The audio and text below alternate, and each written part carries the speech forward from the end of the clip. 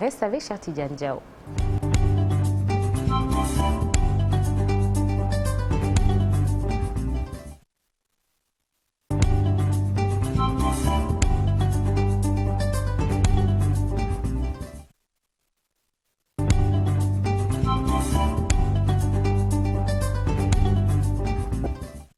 Et Cheikh Tidiane, on parle des concertations sur la baisse des prix du loyer. La commission loyer liste ces mesures. La commission donc qui a proposé une baisse segmentée par catégorie pour une décision qui devrait entrer en vigueur le 1er janvier 2023, certainement dans notre édition de 8h. Vous aurez cet élément signé Ibou Diouf pour les détails. Nous parlons de toute autre chose, Nata, avec la mort de François Mancabou, le procureur qui ouvre une information judiciaire selon le journal Les Échos. Le dossier confié au juge du 2e cabinet Mamadou Seck, arrêté dans le cadre de l'enquête sur la force spéciale. Il est mort par détention. Le procureur, rappelons-le, avait soutenu qu'il s'était suicidé. Ses proches parlent de tortures qui ont conduit à sa mort. Et on parle sécurité à présent, Cheikh Tidiane, avec cette bande armée qui sème la terreur à Barkédji. Des individus armés ont attaqué des commerçants de la localité. Une personne a été tuée, 2 autres blessés. Les malfaiteurs se sont évaporés dans la nature. Des parlementaires et autorités locales dénoncent cette insécurité qui sévit dans cette localité avec Mamadou Moustapha Ndiaye.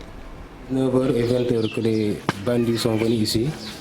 Ils sont venus ici avec des armes, ils ont tiré à feu et ils sont entrés dans la maison et ils ont ligoté l'un d'entre eux. Ils sont entrés dans la boutique, ils ont dévalisé l'argent qu'il y avait dedans. Ils ont en même temps brutalisé la femme du boutiquier et ont pris devers lui de l'argent. Et c'est après qu'ils sont entrés dans les chambres qu'ils ont déchiré les valises, les armoires, les ont cassés et ils ont pris tout ce qu'il y avait dedans. Maintenant, en sortant, ils ont amené le frère du boutiquier, qui sont par la suite tirés à bout portant et il est mort sur le coup.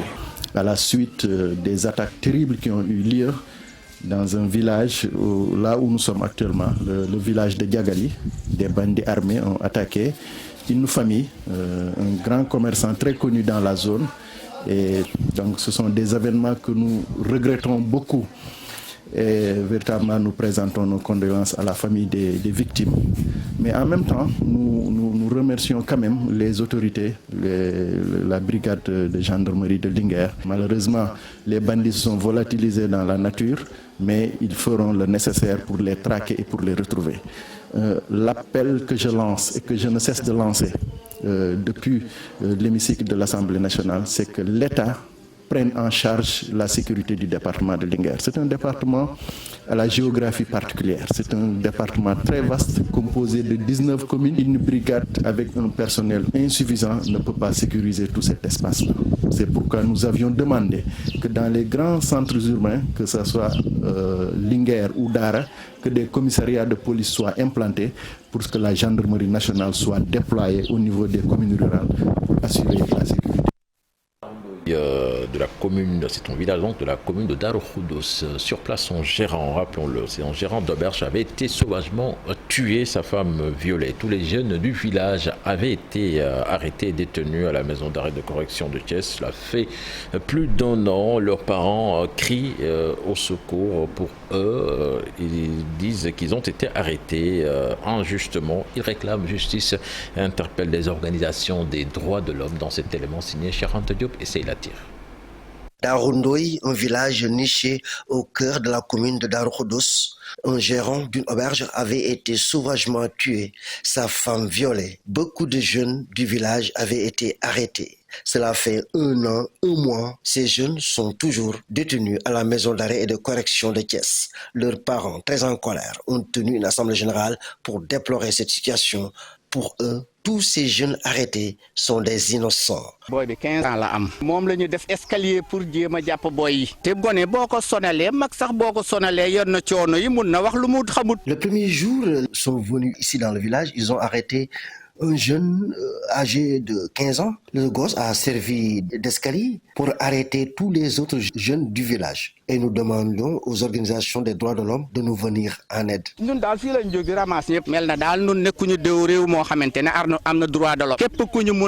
Leurs épouses, visages inondés de larmes, commencent à avoir des soucis. Elles ne savent plus où donner de la tête.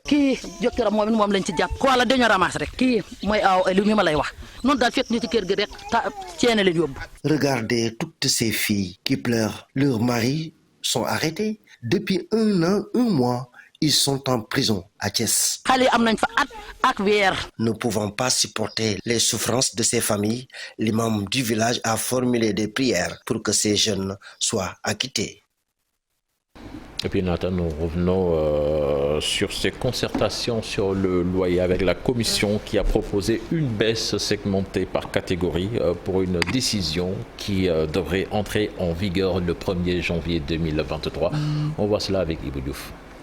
La Commission veut mettre en place un organe de régulation du loyer qui va encadrer les tarifs, réglementer la profession d'agent immobilier, entre autres. La Commission propose également des baisses segmentées par catégorie de logement avec un barème plafonné à 150 000 francs CFA. Pour la catégorie 2, la Commission propose un tarif allant de 150 000 francs CFA à 600 000 francs. Et enfin, c'est 100 000 francs et plus pour la catégorie 3.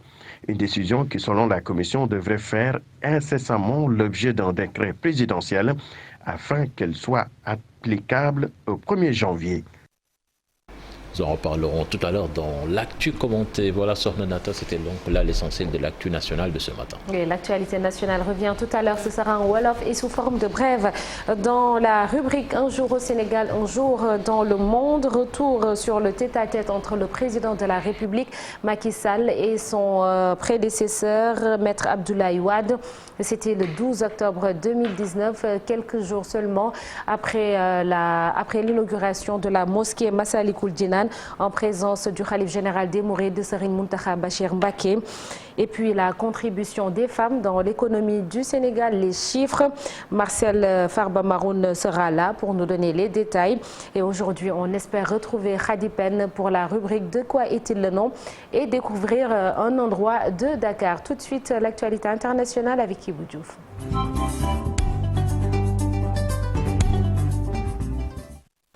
Et c'est parti, Ibou. La nouvelle épidémie d'Ebola qui sévit dans le centre de l'Ouganda a fait 17 morts en 3 semaines. Et c'est le ministre ougandais de la Santé qui donne l'information sur Sornanata. Le virus Ebola, responsable d'une fièvre hémorragique, continue sa percée dans ce pays de l'Afrique de l'Est, avec juste ces derniers jours 7 morts enregistrés par les autorités. 17 morts sur les 48 cas comptabilisés. Le précédent bilan des autorités ougandaises, publié le 5 octobre dernier, faisait état de 10 morts. Les premières infections ont été recensées dans le district de Mubende, situé dans le centre.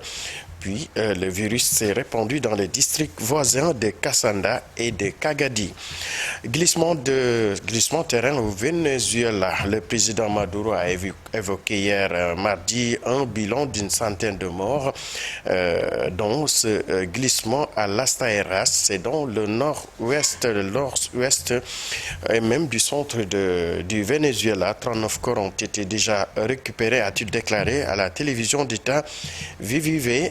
Il y a encore un nombre important de personnes disparues, 56 au total, et les secouristes pensent qu'il est désormais impossible ou presque qu'on retrouve des survivants parmi les disparus. La Tunisie intercepte 194 candidats à l'exil en mer Méditerranée.